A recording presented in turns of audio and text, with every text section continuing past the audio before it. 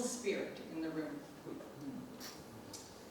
You may know this spirit as Alan Stracke, Alan D. Stracke, A.D. Stracke, Alan David Stracke, Professor Stracke, Stracke, Professor Emeritus, the Pied Piper of Champlain, oh sorry, the Pied Pirate of Champlain, Little Alzy, Big Al, Hawkeye, Lucky, Francesco Piro, Captain Jack Spittel, Allie, Wan, or Grand Pirate.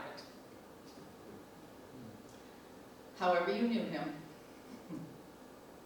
you know he never shied away from attention and loved being the center of any celebration. Allie, this is for you. Alan was born September 2nd, 1946 in Litchfield, Illinois, and had many lives packed into one. So many that I can touch only but a few. I was beyond blessed to have shared, played, traveled, explored, created, learned, survived, overcame, repented, and loved Alan for 27 of his precious years on this planet. Many of you here and viewing the video have known Alan for many more years and through various other phases of his life. His childhood was influenced by many a colorful character and experience. From the ingenuity of his mom and Uncle Charlie, who could build and fix anything, to his joint love with his father for old black and white westerns. His brother Paul, most often his tormentor, did manage to take care of a few of Alan's middle school bullies. And then there was little Miss Perfect, his sister Virginia, the apple of his eye since the day she was born. His sister Paula, as life happens, hasn't been part of my time with Alan, but I know he cherished her as a little girl. Alan was continually inspired by his cousin Leon's untrained scientific mind and obsession for explosives. He and his best friend Buzzy had endless adventures together, from riding on Alan's small two-stroke motorcycles into the unsavory areas of town, to simply lying in the damp grass, staring at the stars and contemplating their philosophy of life. He was a voracious learner, a dreamer, a Little League baseball star, a risk-taker, a sociologist, a culturalist, a wanderer, a harmonica player, a bambooist, a storyteller, a motorcyclist, and a serial monogamist. He lived his life inspired by Mad Magazine and the old TV series I Spy. The world was always calling his name. Alan actually described his adult life as a series of eras, framed primarily around the names of his ex-wives. His life was a series of misadventures and adventures. From the compound complex fracture and year-and-a-half paralysis of his left arm when he was 9 years old, to being named to the All-Star Little League team and playing in Busch Stadium. As a young adult, he and his brother-in-law Gary loved nothing more than somersaulting on the top of his moving VW bus, or passing a little flask of whiskey back and forth as they blasted their motorbikes up Mount Lemmon in hot summer days in Arizona. He earned his master's degree at 22 and became the youngest faculty member at Northern Michigan University. He was one of those rare individuals who never had a resume or a formal job interview. He was hired on a hot, sticky summer day while contemplating his PhD dissertation by the then Vice President of Champlain College, Bob Skiff, with a simple answer to the question, what can you teach? What do you need? That and the additional caveat that he had to shave his beard because facial hair was frowned upon by President Bader Gillette. His life could be seen as a manic roller coaster ride, rising to the highest of heights and plunging to the lowest of lows. While that metaphor represents his first 3 marriages, it was never more evident than when he experienced the ultimate high of becoming a father, and within a few short years, plunged to the depths when he found himself legally blocked from his son Lincoln's life. Alan was a survivor from a mass shooting in New York City in 1978, where he held eye contact with the shooter, who within a flash shifted the gun and shot someone else. To the fall of 1996, when a former delusional student, an ex-Army sharpshooter, confessed to her therapist that she was stalking Alan and going to shoot him for cheating on her. Instructed by the police to leave campus, he took a leave of absence. For it to become an extended leave, he had to be declared insane. And to go on his already approved sabbatical in January 1997, he had to be declared uninsane. The goal of his sabbatical was to put to print stories he had collected over the years of people he had met in the Caribbean. Stories he used to reinforce sociological concepts. The Caribbean was Alan's escape. He often said of his first trip, I could either give my money to a therapist or go to the Caribbean. The islands of the Caribbean were his inspiration, creativity, and sanctuary. On the first day of his sabbatical, January 6th, at 5:20 p.m. Atlantic Standard Time, we met at his friend Jim and Diane Howe's little house in the small fishing village of Carrot Bay on the north shore of Tortola. We became fast friends and playmates. He would spend his days and evenings writing, and I would stop by his place before and after school to listen to the next story and offer my feedback and suggestions. On our first off-island adventure together, we created travel personas.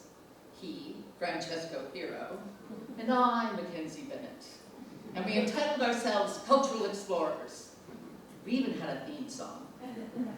Those explorations evolved into the most unique, creative, and crazy partnership ever. And I left Tortola July 3rd, 1997, and moved to Burlington, Vermont to be with him. Our inspirational explorations fostered the birth of his first book, Why Ask? A Cultural Exploration of the Caribbean. Spring and winter breaks found we cultural explorers yet on another Caribbean island.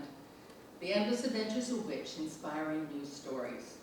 His second book, A Storyteller's Journey into Sociology, and the creation of his methodology, Collaborative Engagement Through Narrative, used his life stories as a conduit to students' lives, thereby embedding the sociological concepts into their own lives.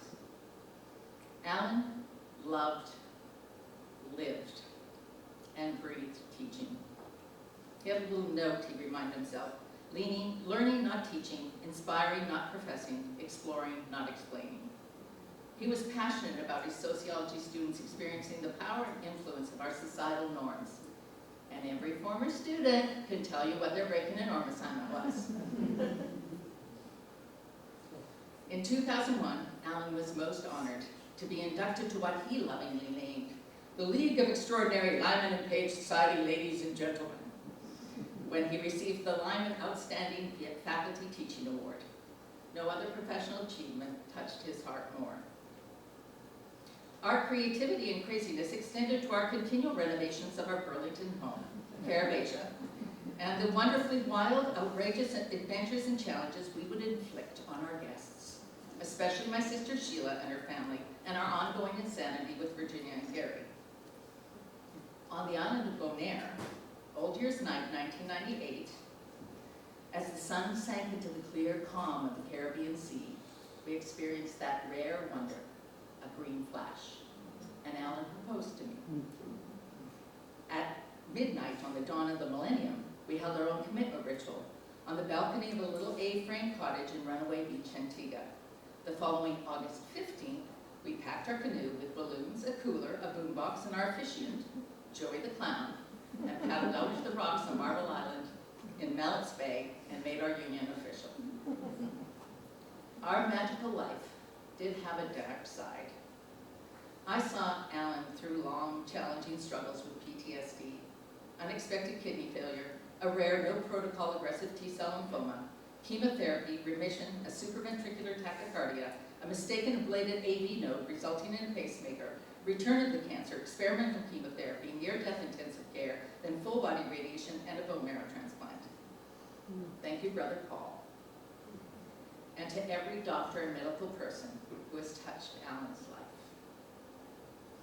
While cancer canceled the immersion semester abroad on the island of Carriacou for us and a group of incredible students, we gained a group of younglings who always visited, supported, and laughed with Alan through it all. It was the return of the cancer that prompted us to move our Caribbean-based scholarship to Champlain, creating the Stracke Cultural Immersion Scholarship, supporting students to study abroad. Yes, we're still taking donations. The cancer diagnosis became a gift. It truly shifted something in Alan psychologically. He chose to see cancer as an opportunity to learn, grow, and inspire others to be more of who they're meant to be. More kind, compassionate, caring, and human to one another. Not just in times of hardship or when someone gets cancer, but every day. That belief carried him forward as he allowed cancer to pass through him, regaining his health and taking him back to the classroom after 2.5 years of medical leave. And he finally closed his college career by mentoring exceptional faculty. With all of that, the best was yet to come. On August 24th, 2014,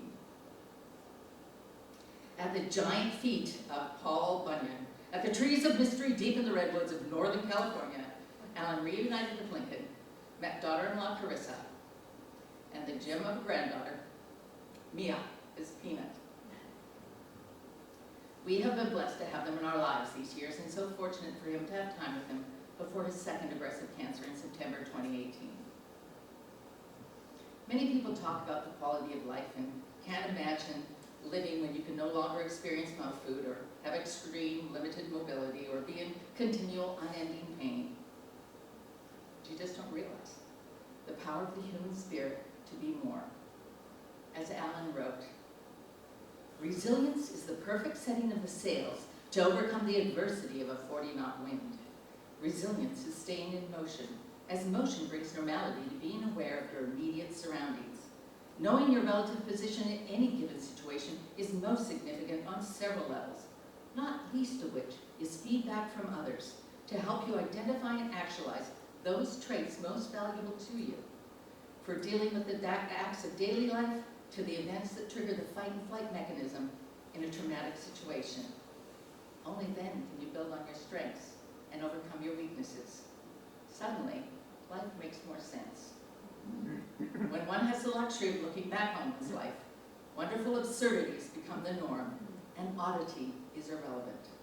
When you reach that more senior age, you realize every wrinkle has a story behind it, and absurdity is the spice of life.